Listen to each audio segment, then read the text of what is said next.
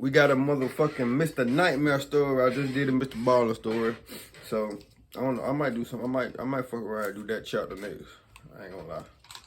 That being said, we got we got 3 creepy true supermarket horror stories.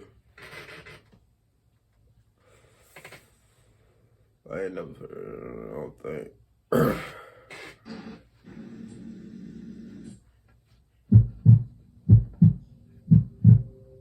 I'm a mother of 3, and so our grocery bills are quite high. My husband works at a tech company, and I currently stay at home raising the kids, who are 10, 7, and 3. I go food shopping at least twice a week, and I usually go to the King Cullen near our house, though I sometimes go to the nearby Target as well. Those are 2 of a very small list of grocery stores in our quiet town. To give as much context as possible, we're an Italian family, and I'm currently 40 years old. This happened not even a year ago when I was 39. I was running behind on shopping one day, so I went much later than usual. The King Cullen by us closes at 10, and it was definitely past 9 o'clock already, so I hurried over to the store with my flyers and coupons. The kids were complaining about a lack of food in the house, so I had to get a quick grocery run in. Most days I'd have to go shopping with my 3-year-old daughter Haley. Since it was late and my husband was home from work at this time, for once I was able to go shopping alone, which I consider a luxury. I got to the King Cullen, which was pretty void of people at this hour since it would soon be closing. I grabbed a cart and quickly started doing my laps down the aisles and grabbing whatever was on my list and whatever was on sale. I was in the cereal aisle when I got a tap on my shoulder, which startled me. I turned and saw a very tan man about my height with a baseball cap on, a black goatee, and a red zipper-up hoodie and jeans on. He laughed and apologized for startling me, and said that he'd been looking everywhere for a specific bag of chips that was in my cart, and he asked where I found them. I politely told him the aisle, and he said he checked but couldn't find it. So I actually led him exactly to where I found the chips. He thanked me with his awful breath, and I smiled and was about to walk back to my cart. But then he started making pointless conversation with me about why he liked those chips so much. Something silly like the ingredients or a lack of a specific ingredient. I kept trying to make it obvious that I was inching my way back to my cart. He wouldn't get the hint though. It was when he made a weird pause and then said, "Gosh, you're pretty," that I said that. I ain't gonna lie. But if y'all know me, y'all know, but if I want to get out of the conversation, but y'all gonna walk off, huh? But y'all walking off. Thank you. And then I had to get back to my shopping before they close. No cap. I went to my cart, but he followed me and kept talking to me. At this point, as politely as I could, I told him I really would just like to shop in peace. He finally seemed to get the hint and walked away. But for the rest of my time in the store that night, I kept seeing that man circling the aisles. And each time he walked past the aisle I was in, he'd slow down or even stop and just look down at me. I was getting increasingly uncomfortable and hurried up my shopping. When I was finally done, I went to the checkout, and as I emptied my cart, here comes Red Hoodie Guy with a whole 2 or 3 items, and he waits on line right behind me.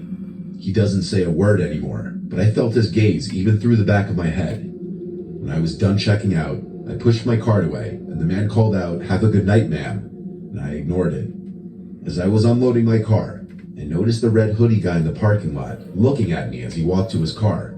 He got into a junky-looking Honda that must have been like 30 years old. Damn! He didn't turn the car on, though. He just sat in it. I finally finished loading my car, so I got inside, started it, and began driving out of the parking lot.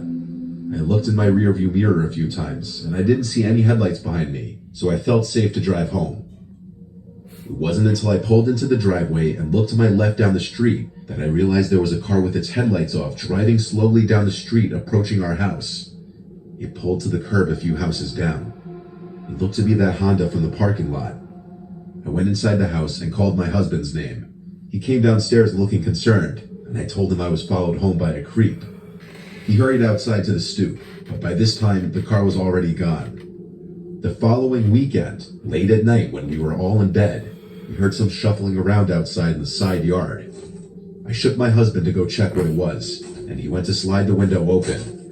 He saw someone right below the window trying to open the side gate to the backyard, but after hearing the window slide open, the man looked up and started to run.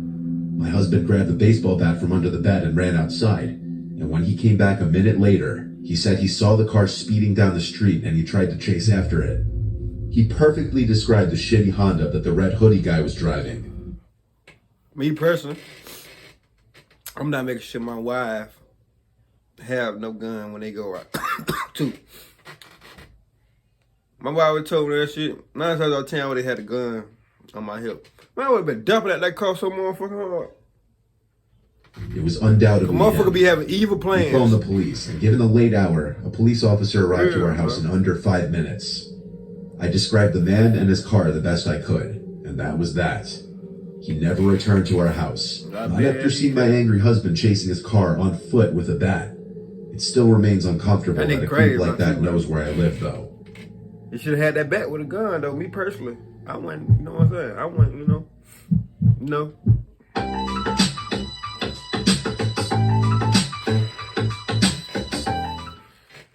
Instead of leaving your phone change in your car, junk drawer, or even throwing it away, you could save your best. Talking with my When I was in college, I worked at Wallbaum's. What the fuck The is one I worked at was bro, a 24-hour one. what the fuck are these stoves? Bro, what the fuck are these stoves, bro? I've never heard of some of these stoves before. Like, the only name brand stove we got that like that, not Publix. We ain't got no Kroger down this way. I say Kroger, like Harvest. Like stores like that, like little mini super Walmarts. Like we got like a little Walmart, and we got a big Walmart. Then the city that I stay in, we just got a little Walmart, where it's like a medium Walmart, like where they got games and shit. You know what I'm saying? Groceries and all that, clothes and all that shit. But the other one, like in my other time, they got like a little Walmart. We got a little Walmart that you got, you know what I'm saying, food, dog food, and like supplies and like supply for the houses and shit like that, dog food or shit that you take the soap and shit. Then we got a big Walmart that got everything in it. And then the other time that's more little, they got 3 Walmarts, 3 big Walmarts, and two little Walmarts. I think they got two, I don't fucking know. No, it's 2, it's 4. They got 2 big Walmarts and 2 small Walmarts. So a couple unfortunate people would always be stuck working that awful shift. I thought since I was 20 and in college that my boss would never put me on an overnight shift. But unfortunately, I guess when she asked my school schedule and I told her I was off Mondays and Wednesdays, she saw me as a perfect sucker to stick on the overnight shift occasionally moving forward. One day I saw that I was scheduled for a Tuesday night from 12 a.m. to 8 a.m. Damn. I had to triple check the schedule and make sure that was right. I felt sick seeing that. And when I asked my supervisor why I was put on the overnight shift, he told me if I'm over 18, I don't really have a choice. I considered Not really. quitting, but I needed the job and money. So I just sucked it up and decided I'd do it this one time and then tell my boss I can't do it ever again because I have to study for school. So I arrived at the store at 12 o'clock and relieved my coworker. I'll do it Amanda. 2 more times. Half the lights in the store were out at this hour to save on electricity. There were a surprising amount of customers in the store when I got there. I guess more people than I expected would do quick midnight shopping runs. Past 1 a.m. though, the place... Oh, it's a 24-hour store? Grocery store? Never heard of that. Last time, shit, Walmart was 24 hours. That was for the pandemic. Other than that, you don't catch no supermarket, like no Harveys or nothing like that. I don't know if y'all got Harvey. We got Piggly Wiggly and all that bullshit. But, yeah, I ain't never heard no grocery store stand up for 24 hours. Nah, convenience stores, yeah, but not no grocery was store. completely dead. Maybe 3 customers in the entire hour. As it got later in the night, there were less and less customers. It was past 2 a.m. by this point. I was as bored as humanly possible. Shit, There hadn't been a customer in over an hour. That's easy I money. wondered if there were any other employees in the building. There had to be, I figured. They couldn't have a lone 20-year-old running the whole place by himself.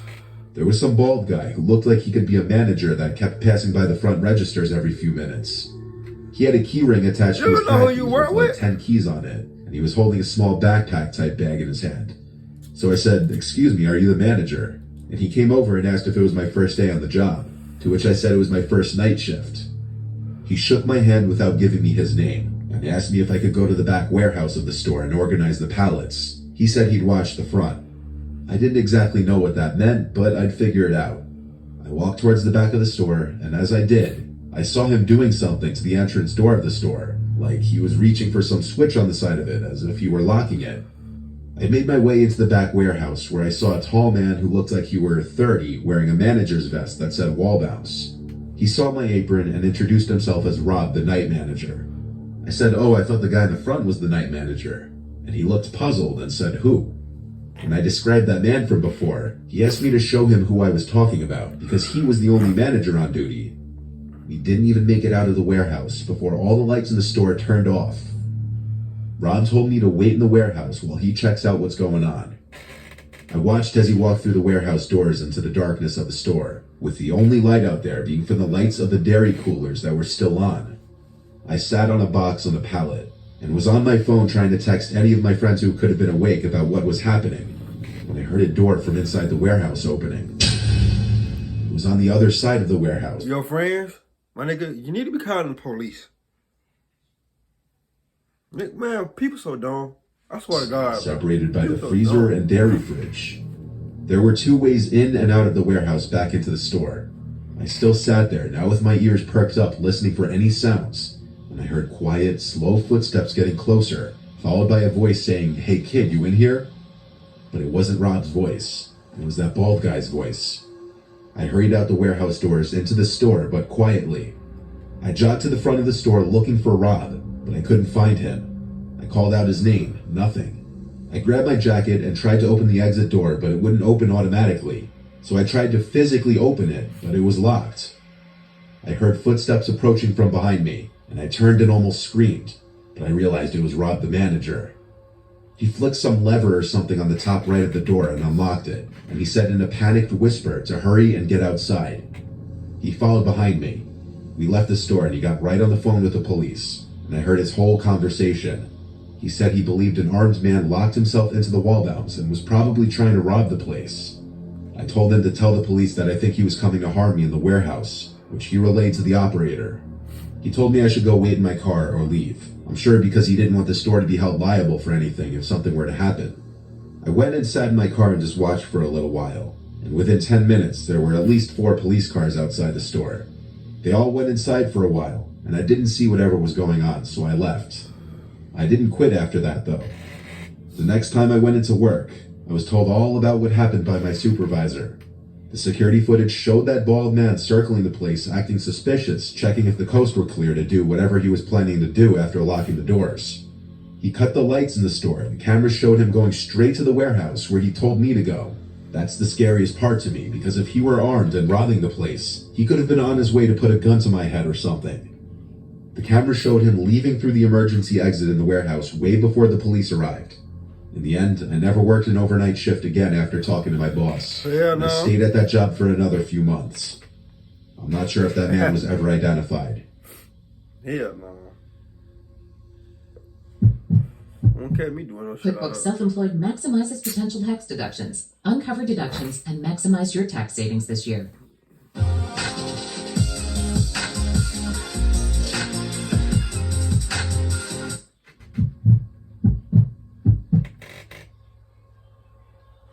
I used to work as a night restock worker at a supermarket in a somewhat rural town. The store was called Great American. It was the biggest and best supermarket in the area. I ain't ever heard My of it. shift would be as soon as the store would close at 10. I'd work from 10 p.m. to 3 a.m. the latest, restocking the shelves and organizing everything before the next operating day. I of course had the keys to the store for the after hours. It would be a team of 2, myself and one other, either Terry, Carter, or Alfonso. Tonight I was supposed to be working with Terry. I arrived to the store and let myself into the back where all the inventory yet to be stocked was. I started my work using the pallet jack to bring a whole pallet of boxes out to the shopping floor. I started with the bread and nuts aisle, rotating the older loaves in the front and putting the newer loaves in the back. Halfway through, I realized I hadn't seen Terry yet.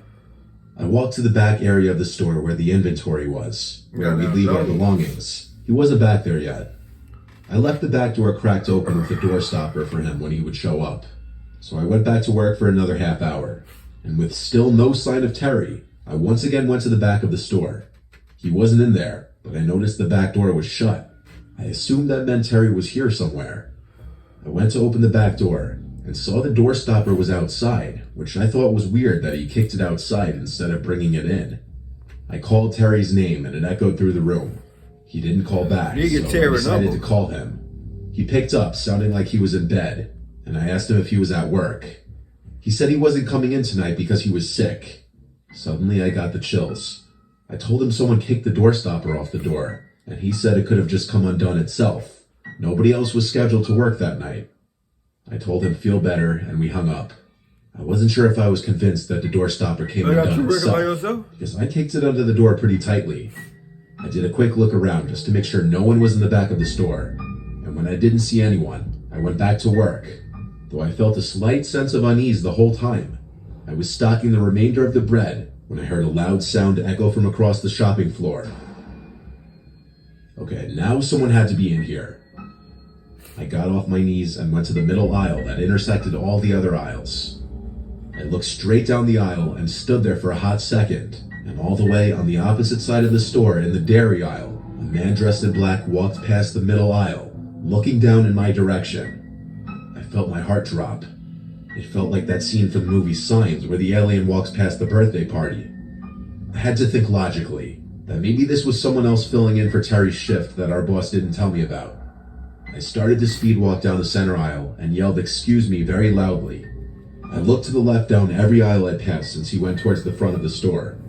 In one of those aisles, he was waiting at the end of it, standing there fully facing my direction. Oh, hell no. When he saw me, he walked up Type of Bloody Mary, my Bloody Valentine shit they got going on. the sight in the direction I was just coming from. I yelled "excuse me" again and started to run down that aisle to catch up to him. I didn't get a good look at his face yet. When I got to the front of the aisle by the cash registers, I looked down the direction he went, and I saw him all the way at the end by the bread aisle. Half his body was hidden behind the shelf. His mouth was hanging open, and he started to wave me over, but he didn't say anything. His face was freaking me out. I attempted one more time to speak to him and said, "Who are you?" And he disappeared behind the shelf. I wasn't being paid enough for this. I went outside to sit in my car and call my boss. He picked up and I told him there was some random freak roaming around the store. He told me to get him out of there if I can, or call the police to get him out.